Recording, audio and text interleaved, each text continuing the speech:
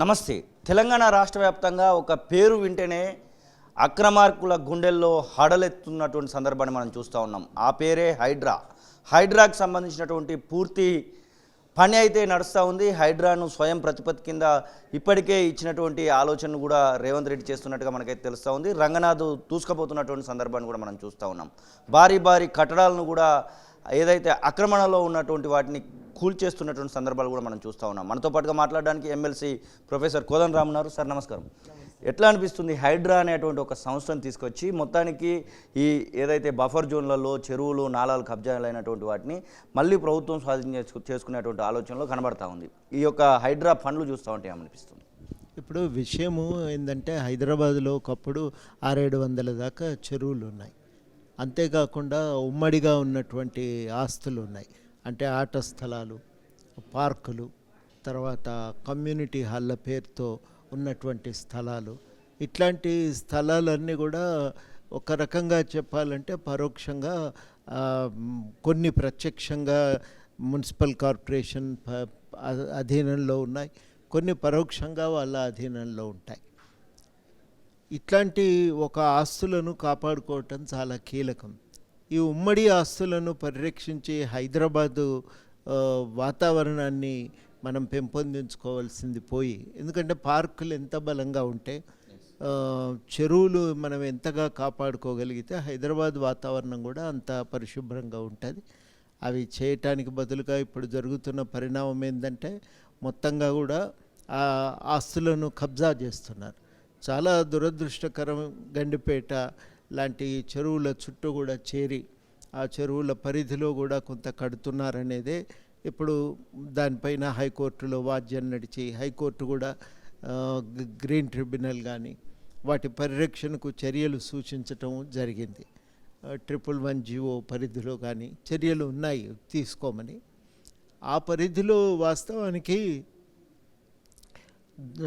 ఇవాళ హైడ్రా ఒక చర్యలు తీసుకోవటానికి ఉపక్రమించింది. ఇది ఒక ప్రత్యేకమైన విభాగం. ఇంతవరకు జిహెచ్ఎంసి హైదరాబాదులో స్వచ్ఛతను తర్వాత పరిశుభ్రతను కాపాడటమే కాక ఈ ఆస్తుల పరిరక్షణ కూడా పూర్తిగా జిహెచ్ఎంసి పరిధిలో ఉండేది. ఇప్పుడు జరుగుతున్న ఒక కొత్త పరిణామం ఏంటంటే ఈ పరిరక్షణ బాధ్యతను విడిగా హైడ్రా అనే సంస్థకు అప్పజెప్పిండ్రు. ఈ జిహెచ్ఎంసి ఏమో పరిశుభ్రత మీద ప్రధానంగా దృష్టి పెట్టాలి అని, అదేవిధంగా విజిలెన్స్ కూడా ఇవాళ జిహెచ్ఎంసి పరిధిలోనే ఉంటుంది. ఇది పరిశుభ్రత అవన్నీ ఒకవైపు, ఈ ఆస్తుల పరిరక్షణ, చెరువుల పరిరక్షణ ఇంకొక వైపు. ఇవి రెండు విభిన్నమైన సంస్థలు ఈ బాధ్యతలను నిర్వర్తిస్తూ ఉన్నాయి. ఇవాళ జరిగింది ఏంటంటే ఇందులో భాగంగానే గండిపేట చుట్టూ ఉన్న ఆక్రమణలను తొలగించే ప్రయత్నం జరుగుతున్నది. జరుగుతున్న చర్చ మాత్రం చాలా విచిత్రంగా ఉంది. ఇది వాళ్ళు లేరా, మాదెందుకు కూలగొడుతున్నారు అనే చర్చ ఒకటి జరుగుతుంది. వాస్తవానికి ఏ నాయకుడైనా ఏం చెప్పాలంటే చెరువును కాపాడుకుందాం, ఎందుకంటే అది హైదరాబాదు యొక్క హైదరాబాదు పరిరక్షణకు అది కీలకం. ఆ చెరువులు మనం ఎంత జాగ్రత్తగా కాపాడుకుంటే హైదరాబాద్కి అంత రక్షణే. ఒకప్పుడు హైదరాబాద్కు వచ్చిన వరదల నుంచి ఎట్లా రక్షణ కల్పించాలి అంటే మోక్షగుండం విశ్వేశ్వరయ్య గారు ఆ 2 చెరువులను నిర్మాణం చేసి నీళ్ళని ఆపుకోగలిగితే హైదరాబాద్ తాగునీటి అవసరాలు తీరుతాయి, అదేవిధంగా వరదల నుంచి రక్షణ కూడా దొరుకుతుందని. అట్లా అవి కాపాడుకోగలిగితే హైదరాబాద్కు రక్షణ, హైదరాబాదు పరిరక్షణ కూడా సాధ్యమవుతుంది. ఒక వాతావరణ పరిరక్షణ కూడా సాధ్యమవుతుంది.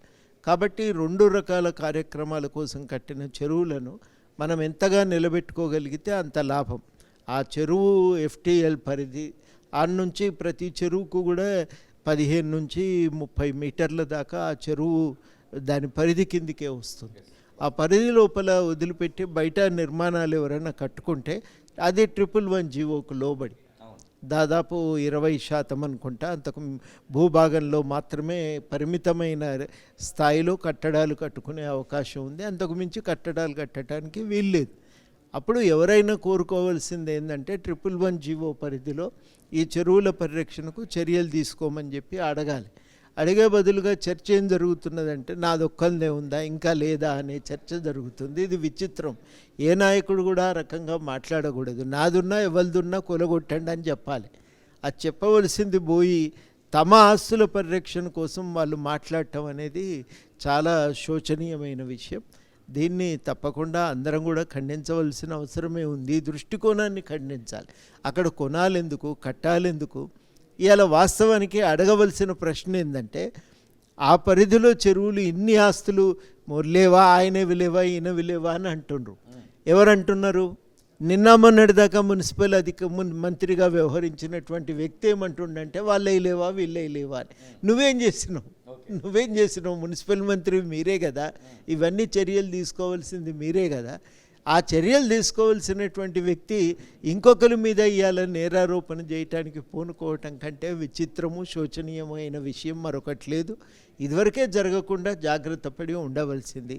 111 జీవోను కానీ గత ప్రభుత్వము 111 జీవోను పూర్తి స్థాయిలో ఎత్తివేస్తూ ఒక జీవోను కూడా తీసుకొచ్చినటువంటి సందర్భాన్ని చూసాము. దానికి సంబంధించినటువంటి విషయంలో ఆయా ప్రాంతాలకు సంబంధించినటువంటి ఎమ్మెల్యేలు వచ్చి అప్పటి ముఖ్యమంత్రిని కూడా సత్కరించినటువంటి సందర్భాలు చూసాం. ఇప్పుడు అసలు 111 జీవోను మళ్ళీ పునరుద్ధరించడానికి ఏమైనా ఆలోచన చేస్తే బాగుంటుంది అనుకుంటున్నారా? ఎవ్వరు ఏమి చర్యలు తీసుకున్నా ఒకటే చాలా కామన్గా మనం గుర్తించవలసింది ఏంటంటే, ఆ 2 చెరువుల పునరుద్ధరణ కానీ, ఆ మూసీ నది పరిరక్షణ కానీ, ఆ 111 ఉన్నా లేకున్నా చేయక తప్పదు. ఎందుకంటే అది హైదరాబాద్ రక్షణ కోసం అనివార్యం. దానికోసం నిజాం కాలం నుంచి అనేకమైన చర్యలు తీసుకుంటూ వచ్చిండ్రు. దాన్ని కొంత బలహీనపరుచుకుంటూనే వచ్చిన గత ప్రభుత్వాలు. కారణం ఏదైనా ఇప్పుడు చాలా కీలకం ఏంటంటే, 2 అంశాలు మనం దృష్టిలో పెట్టుకోవాలి. ఒకటి, ఈ పర్యావరణ పరిరక్షణ వదిలిపెట్టకండి, లేకపోతే హైదరాబాద్ దెబ్బతింటుంది. హైదరాబాదు తాగునీటి అవసరాలు కొంత రిజర్వాయర్ లాగా ఉండాలి. హైదరాబాదు పర్యావరణాన్ని కాపాడటానికి కూడా ఉండాలి.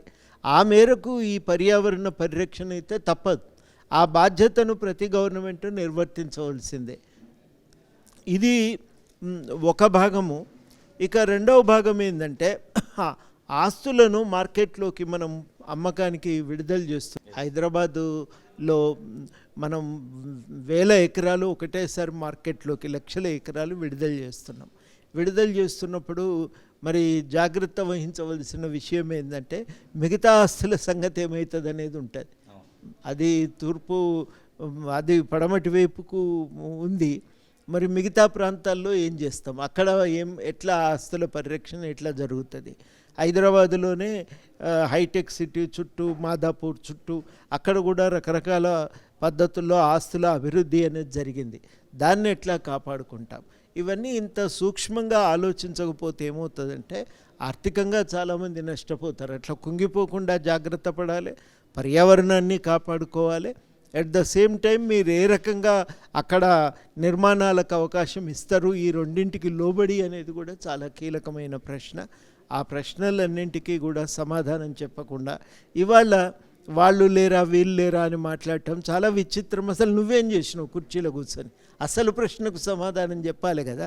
ఆ ప్రశ్నను పక్కన పెట్టి చర్చని ఈ రకంగా నడపటమే చాలా విచిత్రం. దాన్ని నేనైతే తీవ్రంగా ఖండిస్తాను. మీరు ఎమ్మెల్సీ చెప్పవలసిన వాళ్ళు ఈ రకంగా వ్యవహరించటం అనేదే కరెక్ట్ కాదు. మీరు ఎమ్మెల్సీ అయ్యి 1 వీక్ అవుతా ఉంది. మిమ్మల్ని ఎక్కడ చూసినా కానీ మీ వెనకాల గన్మెన్లు కనబడట్లేదు. గన్మెన్లను మీరు వద్దన్నారా, లేకపోతే గన్మెన్లను ప్రభుత్వం ఇవ్వలేదా? అసలు ఏంటి అసలు? వద్దన్నా. ఎందుకు అనవసరం అది? అలా పెట్టుకొని ఎడ తిరుగుతాం మనకున్నటువంటి పరిస్థితుల్లో. అది కూడా అనవసరమైన భారం కదా. సాధారణంగా మాకు గన్మెన్ కావాలని చాలామంది అసలు పదవులు రాకుండానే అప్లికేషన్లు పెడతా ఉన్నారు. డీజీపీ లాంటి వాళ్ళకు కూడా అప్లికేషన్లు పెడతా ఉన్నారు. మీరు ఒక ఎమ్మెల్సీ అయి ఉన్నారు, మీకు ఆల్రెడీ ఆ ప్రోటోకాల్ ప్రకారం 2 గన్మెన్లు ఇవ్వడానికి కూడా అర్హత ఉంటుంది. మీరు ఎందుకు వద్దన్నారు అనే విషయం. ఎవరి నుంచి రక్షణ? సమస్య ఏంటంటే ఎవరి నుంచి రక్షణ అనేది. నాకెవరి నుంచి రక్షణ ఏం అవసరం లేదు. జనమైతే ఎమ్మెల్సీ కావాలనే కోరుకున్నారు, వాళ్ళ నుంచి నాకు రక్షణ అవసరం లేదు.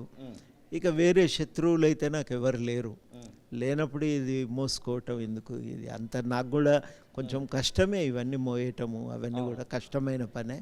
కాబట్టి ఇది పని చేసుకోవటానికి ఇప్పుడు ఇది సౌకర్యంగానే ఉంది. ఫ్రీగా వస్తారు పోతారు, వాళ్ళు ఉంటే అడ్డం పడతారని కాదు, కానీ వాళ్ళు కూడా ఇష్టంగానే ఉన్నారు. మీ దగ్గర పని చేయటం మాకు కూడా మంచిగా ఉంటుంది సార్, వస్తామని కూడా అంటున్నారు. కానీ ప్రస్తుతానికైతే నేను వద్దని చెప్పిన. మీరు వద్దని చెప్పేసి ఆల్రెడీ ఇదివరకే అంటే ఇది ప్రమాణ స్వీకారానికి ముందే చెప్పింది నేను. ఇవాళ కొత్తగా కాదు, అంతకుముందే వస్తే వద్దన్నా. ఇది ప్రొఫెసర్ కోదండరామ్ చెప్తున్న మాటలు. ఖచ్చితంగా హైడ్రాకి సంబంధించినటువంటి విషయంలో మంచి పని చేస్తుంది అనేటువంటి కితాబు ఇస్తున్నాయి. ఇక గత ప్రభుత్వంలో ఉన్నటువంటి వాళ్ళు చేస్తున్నటువంటి తప్పులను కప్పిపుచ్చుకోవడానికి నానా మాటలు మాట్లాడుతున్నటువంటి మాట కూడా వారు చెప్తున్నాయి. నేను గన్మెన్లను వద్దనే చెప్పాను అనేటువంటి మాటను కూడా వారు చెప్తున్న పరిస్థితి. కెమెరా పర్సన్ సతీష్తో శ్రీనివాస్, తొలి వెలుగు, హైదరాబాద్. అసలైన తొలి వెలుగు. ఫాలో వాట్సాప్ @తొలి వెలుగు అఫీషియల్.